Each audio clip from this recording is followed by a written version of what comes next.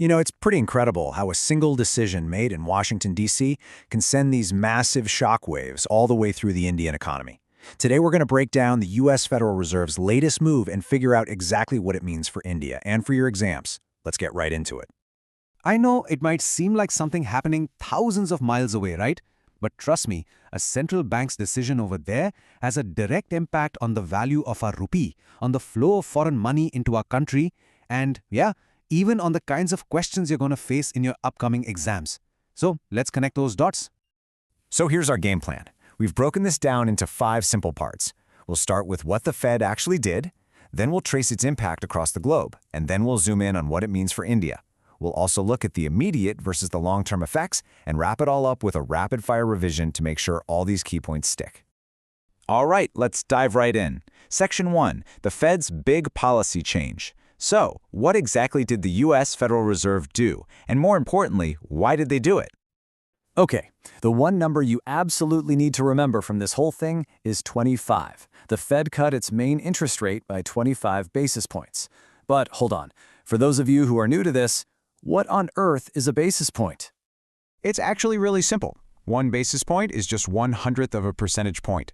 So, a 25 basis point cut is just a fancy way of saying a 0.25% cut. This is standard jargon in economics and finance, so it's a definite must-know. And that cut brings the new target for the federal funds rate to a range between 3.75% and 4.00%. Now, this is a really big deal because it's a complete U-turn from their previous policy of monetary tightening, which was all about raising rates to slow the economy down. So the big question is, why now? Well, you have to imagine the Fed is walking a very tricky tightrope. Inflation is starting to cool off, which is good, but there's also a lot of economic uncertainty out there. Getting a loan is getting tougher, and people are spending less. So even though the job market looks strong, the Fed made this preemptive move to try and achieve a soft landing, basically to control inflation without crashing the whole economy into a recession. Now, a decision this big made in Washington doesn't just stay in Washington. No way. It creates these ripples that travel across the entire global economy. Let's follow them. So, here are the 4 major global effects. First, lower U.S. interest rates usually mean a weaker U.S. dollar. Second, this pumps more cash, or liquidity as it's called, into the global system, as investors hunt for better returns outside the U.S. Third, because things like oil are priced in dollars, a weaker dollar can actually make them more expensive. And finally, easier credit all around could give a much-needed jolt to global trade. And now we get to the part that really matters to us. How do all these global ripples finally hit India's shores? This section right here is absolutely critical, especially from an exam perspective, so let's focus. To help you remember the positive impacts on India, especially when you're under pressure in an exam, we've come up with a really simple mnemonic. Just think of the word FAME. That's F-A-M-E. It's easy to remember because this news gives India a bit of fame as an attractive place to invest right now. So let's break down FMIE. F stands for Foreign Portfolio Investment, which is expected to increase. A is for the appreciation of the rupee. M stands for more monetary policy flexibility for our own central bank, the RBI. And E is for exports, which could become more competitive on the world stage. This comparison really shows you the clear before and after picture.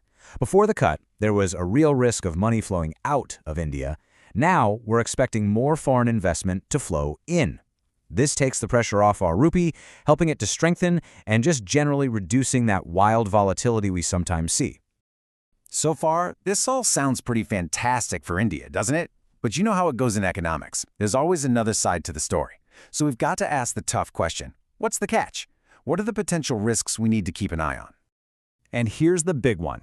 The biggest risk for India as a major oil importer is the threat of rising oil prices. See, if that weaker U.S. dollar pushes crude oil prices up, our import bill just gets bigger and bigger. That can lead to what we call imported inflation, and it could even widen our current account deficit, or CAD, if our import costs start to outpace what we earn from our exports. Okay, so we've got the good and we've got the potentially bad. How do we put all this together for a really sharp analytical answer? Well, we need to separate the short-term impact from the medium-term outlook. This table lays out that timeline perfectly. In the short term, India gets those immediate financial benefits, more FPI coming in, a stronger rupee. This gives the RBI more breathing room. Then, over the medium term, the hope is that this translates into a real, tangible boost for our exports and our overall economic growth. The big unknown here is the price of oil, which really just depends on how the whole global economy performs.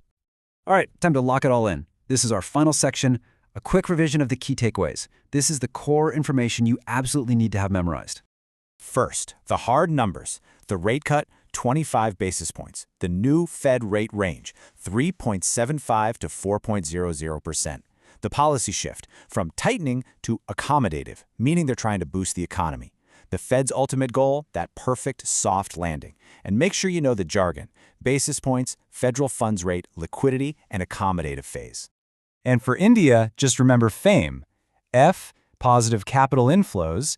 A, rupee appreciation. M, more flexibility for the RBI's monetary policy. And E, more competitive exports. And never ever forget the main risk, rising crude oil prices that could widen our current account deficit, the CAD. To wrap it all up, I think this quote says it perfectly.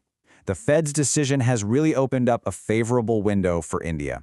We're talking about a stronger rupee, better capital inflows, and real potential for our exports. And that leaves us with one final big thought.